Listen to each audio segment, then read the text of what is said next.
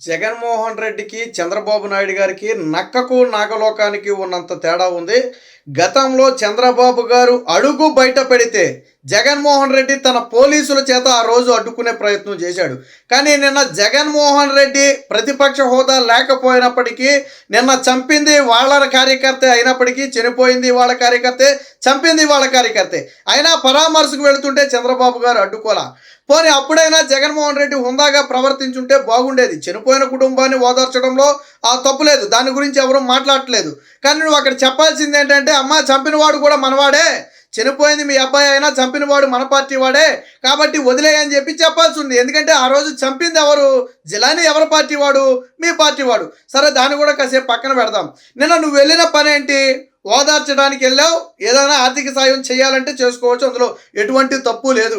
కానీ జగన్మోహన్ రెడ్డి ఎంత నీచానికి దిగజారిపోయాడు అంటే, నిన్న అక్కడికి వెళ్ళి పథకాల గురించి మాట్లాడుతున్నాడు. చంద్రబాబు నాయుడు పథకాలు ఇవ్వలేదు, చంద్రబాబు నాయుడు పథకాలు ఎగ్గొట్టాడు, నీకు 15,000 నీకు 15,000 నీకు 15,000 అన్నాడు, ఈరోజు ఇవ్వట్లేదు. సిగ్గుశరం ఉందా? నువ్వు చనిపోయిన కుటుంబం వద్దకు వెళ్ళి వాళ్ళు ఇంకా శోకసంద్రంలోనే ఉన్నారు, నువ్వు ఓదార్చాల్సింది పోయి అక్కడికి వెళ్ళి చంద్రబాబు గారి పథకాల గురించి మాట్లాడతావా? ఎన్నేళ్ళైంది చంద్రబాబు గారు అధికారంలోకి వచ్చి? ఏమన్నా ఒక 4 ఏళ్ళు అయిందా? గట్టిగా 4 రోజులు కూడా పూర్తిగా గడవలేదు. 4 రోజుల ప్రభుత్వాన్ని నువ్వు పథకాలు అమలు చేయలేదని విమర్శిస్తున్నావు. ఏం పథకం అమలు చేయలేదు? పింఛన్ 4,000 చేస్తానని చెప్పి చేశారా లేదా? వికలాంగుల పింఛన్ను పెంచుతానని చెప్పి 3,000 నుంచి 6,000కి పెంచుతానని చెప్పి పెంచారా లేదా? మంచాన పడిన వారి పింఛన్ 5,000 నుంచి 15,000కి పెంచారా లేదా? డిఎస్సి ప్రకటిస్తానన్నారు, ప్రకటించారా లేదా? ల్యాండ్ టైటిలింగ్ యాక్ట్ రద్దు చేస్తానన్నారు, చేశారా లేదా? ఫీజు రింబర్స్మెంట్ ఇస్తానన్నారు, నువ్వు ఇచ్చిన బకాయిలు కూడా ఇవ్వడానికి రంగం సిద్ధం చేశారా లేదా? ఆగస్టు 15 నుంచి ఉచిత బస్సుతో పాటు అన్నా క్యాంటీన్లు ప్రారంభించడానికి రంగం సిద్ధం చేశారా లేదా? మరి ఏం చేయలేదు. అమ్మఒడి పథకం గురించి ప్రభుత్వం చాలా స్పష్టంగా చెప్పింది. ఇప్పటి వరకు దాని విధి విధానాలు ఇంకా ఖరారు చేయలా. కేవలం ఆధార్తో అనుసంధానం చేసుకోవడానికి మాత్రమే ప్రభుత్వం చెప్పింది. మరి ఎలాగ ప్రభుత్వం పథకం ఇవ్వట్లేదని చెప్పి నువ్వు ఈరోజు చనిపోయిన వారి కుటుంబం వద్దకు వెళ్ళి మాట్లాడతావు. వాళ్ళు ఏమైనా అమ్మఒడి గురించి అడిగారా నిన్ను? రషీద్ కుటుంబం తల్లికి వందనం చంద్రబాబు నాయుడు ఇవ్వట్లేదు అని చెప్పి నీకేమైనా చెప్పారా? చెప్పలేదు కదా. నువ్వు వెళ్ళింది పరామర్శకు, చేసేది రాజకీయం. గతంలో కూడా ఓడిపోయిన తర్వాత హుందాగా నేను ప్రజల నిర్ణయాన్ని శిరసావహిస్తున్నాను అని చెప్పాల్సిన జగన్మోహన్ రెడ్డి ఆ ఒక్క ముక్క మాత్రం చెప్పలా. ప్రజల నిర్ణయాన్ని నేను శిరసావహిస్తున్నాం, మేము ఖచ్చితంగా ప్రతిపక్ష హోదా లేకపోయినప్పటికీ మేము ప్రజల పక్షాన పోరాడతామని ఒక మాట మాత్రం చెప్పలా.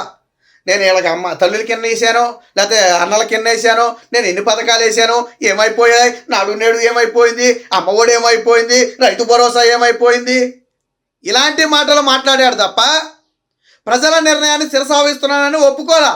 ఈ రోజుకి జగన్మోహన్ రెడ్డి ఆంధ్రప్రదేశ్ ప్రజలు ఇచ్చినటువంటి నిర్ణయాన్ని జగన్మోహన్ రెడ్డి గౌరవించటం లేదు. 4 రోజులు కూడా కాలేదు ఈ ప్రభుత్వం వచ్చి. 5 ఏళ్ళు మీరు ఏడిసింది లేదు. 5 ఏళ్ల పాటు మీ పాలన చూసిన తర్వాత కుక్కను కొట్టినట్టు కొట్టి రాష్ట్రం నుంచి తరిమేశారు. 11 సీట్లు, అది కూడా చావు తప్పి కన్నులొట్టబోయినట్టుగా 2-3 సీట్లు గెలిచారు. లేకపోతే సింగిల్ డిజిట్కి పడిపోదురు మీరు. సింగిల్ డిజిట్కి వైసీపీ పార్టీ పరిమితం అయిపోయేది. ఇప్పటికైనా బుద్ధి వచ్చిందా? నువ్వు వెళ్ళింది దేనికి, చేసేదేంటి? శివరాజకీయం నీకు కొత్త ఏం కాదు కదా. 2019లో బాబాయి నచ్చి పెట్టుకుని రాజకీయం చేయాలనుకున్నావు. 2024లోనేమో ఆ గులకరాయి డ్రామాలు ఆడావు, అంతకుముందు కోడికత్తి డ్రామాలు ఆడావు. ప్రజలు వర్కౌట్ అవ్వలా. 2019లో నమ్మారు ప్రజలు. ఒకసారే మోసపోతారు, పదే మోసపోరు. జగన్మోహన్ రెడ్డి 2019లో మోసపోయారు, 2024లో కళ్ళు తెరిచారు. మళ్ళీ అయినప్పటికీ నువ్వు అదే పందాలో అదే విధంగా మళ్ళీ ప్రజలను మాయ చేయాలని చూడటం ఎంతవరకు కరెక్ట్ అని నేను అడుగుతున్నా. పరామర్శకి వెళ్ళిన కుటుంబానికి పరామర్శకి వెళ్ళినప్పుడు నువ్వు పరామర్శ చేసి రావాలి తప్ప నువ్వు అక్కడ ఎందుకు రాజకీయాలు మాట్లాడావు?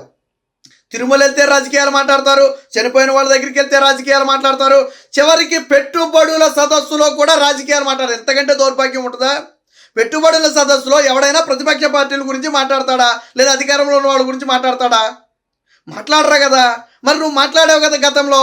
అంటే జగన్మోహన్ రెడ్డి లెగిస్తే చేసేది రాజకీయమే. ప్రజా సంక్షేమం కానీ రాష్ట్ర ప్రయోజనాలు కానీ జగన్మోహన్ రెడ్డికి ఎట్టి పరిస్థితుల్లో పట్టవు. కేవలం రాజకీయం చేసి పబ్బం గడుపుకోవడం. నిన్న చీకొట్టారు మొత్తం చూసి. జగన్మోహన్ రెడ్డి రషీద్ కుటుంబంతో మాట్లాడిన మాటలు చూసి చీకొట్టారు. సరే, కొడుకుపోయిన బాధలో ఉంటామా, సరే బాధపడకండి, జరిగింది ఏదో జరిగింది, దీని మీద మనం న్యాయ పోరాటం చేద్దాం, అవసరమైతే మీకు నేను అండగా ఉంటానని నువ్వు చెప్పడంలో తప్పులేదు. కానీ ఏం చెప్తావు నువ్వు? వాదార్చడం మానేసి పక్కన పడేసి నువ్వేం చెప్తావు? చంద్రబాబు నాయుడు పథకాలు ఇవ్వట్లేదు, చంద్రబాబు నాయుడు తల్లికి వందనం. ఎన్ని రోజులైంది చంద్రబాబు నాయుడు అధికారంలోకి వచ్చి ఎన్ని రోజులైంది? అరే నెల రోజులు కూడా గడవలేదు కదా, ఏ పథకం ఇవ్వలేదు. చంద్రబాబు నాయుడు ఏ పథకం ఇవ్వనని నీకు చెప్పాడు. నీ సాక్షిలో రాసిన అబద్ధాలను ప్రజలు నమ్మట్లేదని చెప్పి నువ్వు ఓదార్పు యాత్ర పేరుతో వెళ్ళిపోయి ఈ రకమైన రాజకీయం చేస్తున్నావా? గతంలో మొన్న అన్నారు జగన్మోహన్ రెడ్డి ఒక నెల 2 నెలలకి ప్రజల్లోకి వస్తాడని చెప్పి, ఏదో చనిపోయిన వాళ్ళ కుటుంబాలను పరామర్శిస్తాడని చెప్పారు. ఇదంతా రాజకీయం. దీన్ని బట్టి చాలా స్పష్టంగా అర్థమైంది. జగన్మోహన్ రెడ్డి నిన్న రషీద్ కుటుంబాన్ని పరామర్శించడానికి వెళ్ళలేదు. ఆ వంక మీద వెళ్ళి పథకాల గురించి మాట్లాడాలి, దాన్ని సోషల్ మీడియాలో వైరల్ చేయించుకోవాలి, తన కులగజ్జి మీడియాలో ప్రచారం చేయించుకోవాలనే ఉద్దేశం తప్ప ప్రజలు చీకొట్టి నెల రోజులు కూడా గడవలేదు. జగన్మోహన్ రెడ్డి అది గుర్తుపెట్టుకో. ప్రజలు నిన్ను చీకొట్టి 2 నెలలు కూడా గడవలా గట్టిగా. నువ్వు మళ్ళీ అదే తప్పు చేస్తున్నావు. ఎవరైనా సరే తప్పుల నుంచి పాఠాలు నేర్చుకుని సరిదిద్దుకుని ముందుకెళ్తారు. కానీ నేను చేసిన తప్పే మళ్ళీ చేస్తాను, నన్ను ఎవడేం చేస్తాడులే అని చెప్పి అహంకార ధోరణి జగన్మోహన్ రెడ్డిలో కనపడుతుంది. నిన్న రషీద్ కుటుంబాన్ని పరామర్శించడానికి వెళ్ళి జగన్మోహన్ రెడ్డి అక్కడ రాజకీయం మాట్లాడటం, జగన్మోహన్ రెడ్డి నీచ రాజకీయాలకు శవ రాజకీయాలకు పెట్టింది పేరు అనడానికి ఉదాహరణ. ఎందుకు వైసీపీని శవ రాజకీయ పార్టీ అంటారు, ఎందుకు వైసీపీని శవాల పార్టీ అంటారు అంటే, నాడు తండ్రి చనిపోతే తండ్రి శవం తీయక ముందే సంతకాలు సేకరించడం దగ్గర మొదలుపెట్టి నిన్న రషీద్ కుటుంబం చనిపోతే అక్కడికి వెళ్ళి రాజకీయాలు మాట్లాడటం వరకు ఈ జగన్మోహన్ రెడ్డి కానీ ఈ పార్టీ కానీ చేసింది శవ రాజకీయాలే. బాబాయి చనిపోయినా చేసింది రాజకీయమే, లేకపోతే తల్లి చెల్లి చీకొట్టినా దాన్ని కూడా రాజకీయానికి వాడుకున్నాడు. సిగ్గులేదు నీ కుటుంబంలో నీ తల్లి చెల్లి చీకొడితే నిన్ను చంద్రబాబు నాయుడు చీకొట్టిచ్చాడని సిగ్గు లేకుండా చెప్తావా? నీ కుటుంబం నీ మాట వినలేదు, పక్కన వాళ్ళ మాట విందని చెప్పడానికి సిగ్గు లేదు. విన్నదో లేదో పక్కన పెడదాం, సిగ్గు లేదు, అలా చెప్పుకోవడానికి సిగ్గు లేదు. రేపటి నుంచి సాక్షిలో కానీ ఏదన్నా చంద్రబాబుకు అనుకూలంగా వార్త రాస్తే చంద్రబాబు నాయుడు వల్లే నా భార్య భారతిరెడ్డి వార్త రాసింది అని చెప్పి మాట్లాడతావు. సిగ్గు శరం వదిలేసావు కాబట్టి కొంచెమైనా ఇంగిత జ్ఞానం ఉండాలా.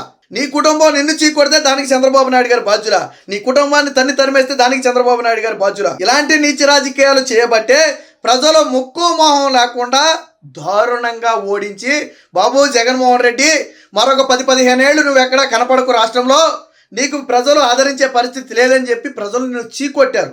నువ్వు 23 అని ఎగతాళి చేసావు కదా, ఈడ్చు కొడితే అందులో సగం వచ్చినాయి. మళ్ళీ 23లో సగం వచ్చినాయి నీకు ఈడ్చు కొడితే. అంటే ఎంత దారుణ పరిస్థితికి పడిపోయావో అర్థం చేసుకో. నిన్న జగన్మోహన్ రెడ్డి చేసినటువంటి నీటి రాజకీయాన్ని మాత్రం పార్టీలకు అతీతంగా పూర్తిగా ఖండిస్తున్నాం. పరామర్శల పేరుతో జగన్మోహన్ రెడ్డి ఇలాంటి కుట్రలకు కుతంత్రాలకు తెరదీస్తున్నాడు. అడ్డుకుంటేనేమో అడ్డుకున్నారంటాడు, కానీ చంద్రబాబు గారు అడ్డుకోలే, హుందాగా వెళ్ళనిచ్చారు. వెళితేనేమో రాజకీయం చేస్తాడు, చెత్త రాజకీయం చేస్తాడు. అక్కడ చంపింది నీ పార్టీ వాడు, నువ్వు అదెందుకు చెప్పలేదు? చనిపోయింది మీ పార్టీ వాడు, చంపింది మీ పార్టీ వాడు కదా, నువ్వు అదెందుకు చెప్పలేదు, అదెందుకు దాచిపెట్టావు?